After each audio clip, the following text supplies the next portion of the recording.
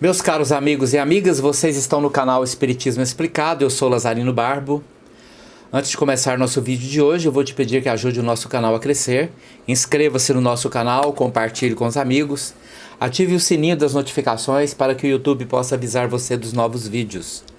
Hoje nós vamos dar continuidade à análise das mensagens psicografadas aqui no nosso Núcleo Espírita Kardecista Renascer, na cidade de Goiânia. Esta mensagem foi psicografada no dia 7 de julho de 2019 e ela começa assim. Era uma família tradicional. O pai, Sr. Crispim, era velho, rico e avarento, que mandava açoitar os escravos por coisa pouca. Dona Eulália, esposa de Crispim, era igualmente má, e também ela castigava os escravos com tanta frequência que até parecia divertir-se com o sofrimento dos pobres coitados.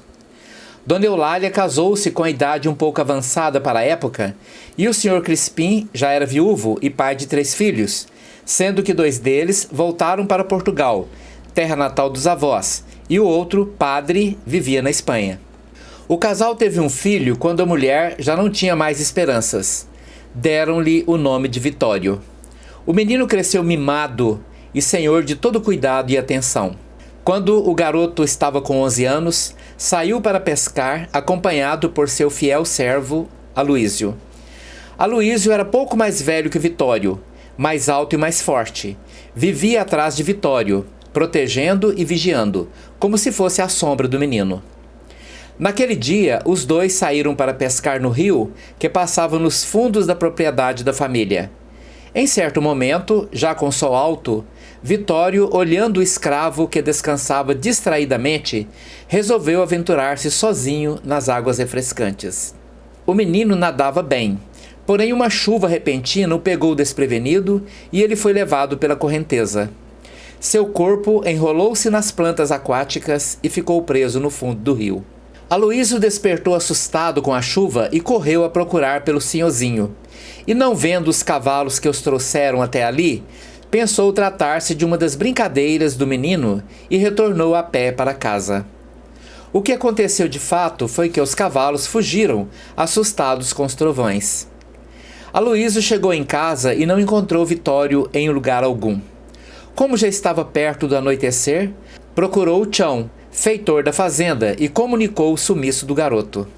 Ainda na mesma noite, muitos homens, incluindo os escravos da fazenda e da vizinhança, saíram à procura de Vitório. A busca seguiu-se intensa por mais 3 dias. E no 4º dia, encontraram o corpo, quase irreconhecível, parcialmente comido pelos peixes. Dona Eulália e o Sr. Crispim, inconformados, culparam Aloísio pela tragédia com o filho e mandaram açoitar o negro durante 3 noites seguidas, para depois mergulhar sua cabeça em uma bacia com água, sem, no entanto, deixá-lo morrer. O escravo, sendo deixado sem roupas, nas noites frias do castigo, contraiu pneumonia grave e, sem cuidado algum, morreu algumas semanas depois de Vitório. Os pais de Vitório sucumbiram à tristeza depois da perda do filho. Dona Eulália desencarnou alguns meses depois e o Sr. Crispim no ano seguinte a esposa. No plano astral, Dona Eulália padeceu longamente e retornou ao Brasil como escrava. Ainda assim não compreendeu a necessidade de mudança. Orgulhosa e arrogante, muito sofreu humilhada. Hoje ela também está aqui em uma encarnação que coloca à prova sua humildade e onde sofre dores físicas em consequência aos castigos que impunha aos seus escravos. O Sr. Crispim veio em uma trajetória humilde, passou por várias privações materiais, tendo apenas o suficiente para a própria sobrevivência. Vitório e Aloísio também hoje estão aqui como pai e filho, para aprimorarem o amor e juntos auxiliarem outros companheiros de vidas passadas. E assim como você, todos estão aqui para aprender e resgatar débitos contraídos, quando eram infratores das leis divinas. Assinado Eleonora, pela médium Eliane. Então, meus caros amigos e amigas, vamos analisar primeiramente o que aconteceu com cada um deles. Estão todos agora, neste momento aqui da história, desencarnados no plano espiritual. Dona Eulália era o espírito mais endurecido. era a que tinha maior maldade. E ela padeceu longamente no plano espiritual e retornou ao Brasil como escrava. E nos processos do sofrimento, não há um sofrimento que não tenha uma razão. No caso de Dona Eulália, ela retornou como escrava. Provavelmente teve senhores extremamente endurecidos, porque assim era o coração dela. Para entendermos a relação da causa e efeito em relação ao sofrimento, é preciso entender que cada pessoa, pela lei de ação e reação, irá conviver exatamente com aquilo que fez os outros conviver. Irá sofrer exatamente aquilo que fez os outros sofrer. Se não pelas mãos de uma outra pessoa, será por conta da doença. As enfermidades também fazem esse efeito. E foi o que aconteceu com ela aqui, ó. Mesmo depois de ter nascido como escrava, ela não compreendeu a necessidade da mudança interior. Ela não se tornou uma pessoa melhor. Orgulhosa e arrogante, muito sofreu humilhada. Hoje, quando ela fala hoje, é agora, nesta vida atual, porque essa mensagem foi psicografada o ano passado. Então, hoje, ela ainda está vivendo uma outra encarnação aqui na Terra, mas ainda não mudou o seu coração. E nesta atual encarnação, é colocada à prova sua humildade. E hoje ela sofre dores físicas em consequência dos castigos que impunha aos seus escravos.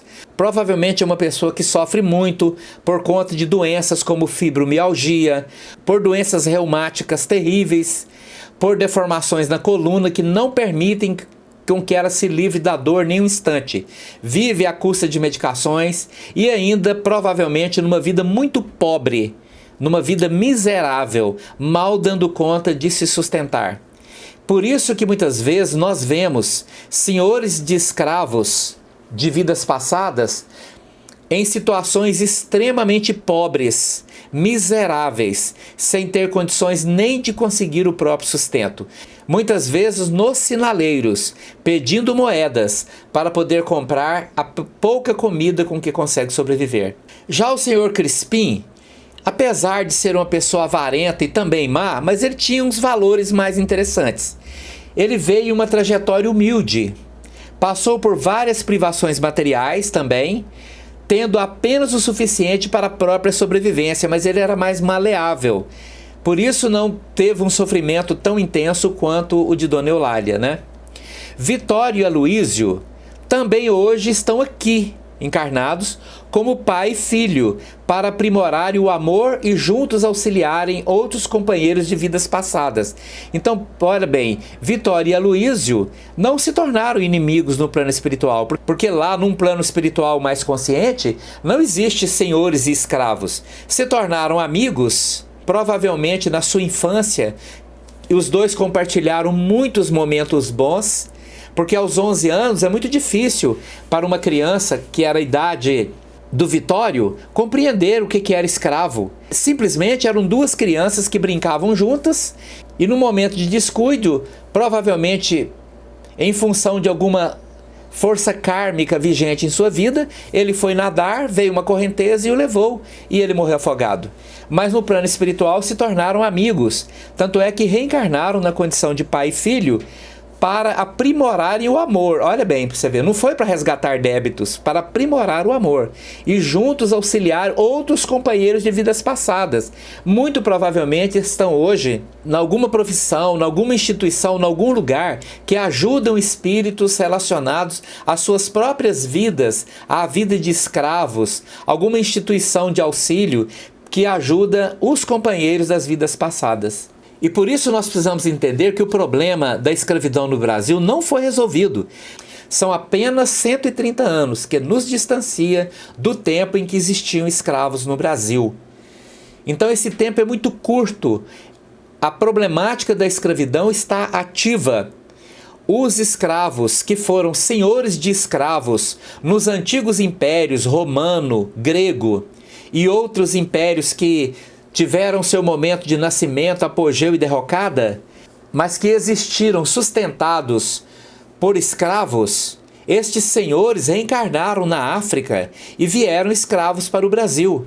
Aqueles que aprenderam a perdoar e a entender o que aquele sofrimento tinha como lição para eles, perdoaram, se tornaram espíritos extremamente amorosos e hoje são os queridos pretos velhos e pretas velhas que trabalham nas diversas casas espíritas e nos terreiros de Umbanda, ajudando a humanidade com maior amor em tudo quanto é lugar. Aqueles que se tornaram revoltados, que transformaram as suas vidas em ódio, decaindo-se espiritualmente para regiões inferiores do umbral, também estão aí. Muitos encarnados nas prisões, são as quadrilhas organizadas, são espíritos extremamente revoltados, que não têm nenhum senso de piedade, de amor, e são assassinos cruéis. Muitos deles são vetores de energias negativas e se transformam em serial killers, tal o seu desequilíbrio, tal a intensidade do ódio que carregam dentro deles. Até que possam vir a entender que somente o perdão incondicional, o amor, pode libertá-los do seu próprio sofrimento, mudando a energia do mundo à sua volta, para que o mundo se torne cada vez mais um mundo mais equilibrado, mais harmonioso, mais amoroso para com tudo e com todos. Até lá, essa situação não está resolvida. O problema do racismo é uma ignorância sem limite. A prova é clara. O racista de hoje vai reencarnar exatamente vivendo o efeito do racismo do qual ele foi protagonista numa vida passada.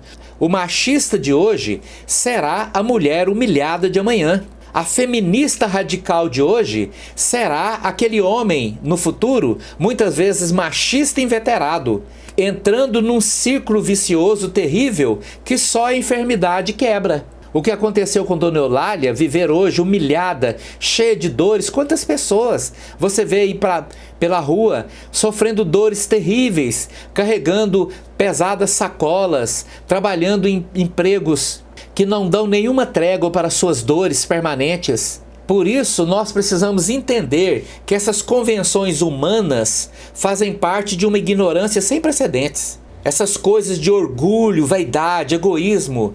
Olha para você ver, o fazendeiro rico de ontem, humilhado na rua, a vaidade expressa na posse de hoje, que não socorre ninguém, que não ajuda ninguém, que não tem um pingo de amor nem piedade por ninguém, levando aquela pessoa a reencarnar exatamente para viver com forte intensidade os padrões de vida que ela no passado fez com que existisse, até estimulou, humilhou, magoou. Assim é a nossa vida. Ou nós aprendemos a viver pelo amor, pela consciência, ou a vida vem e ensina pela dor. Muito obrigado pela sua atenção. Se você gostou do nosso vídeo de hoje, deixe aí o seu like, inscreva-se no nosso canal e compartilhe com os amigos. Muito obrigado.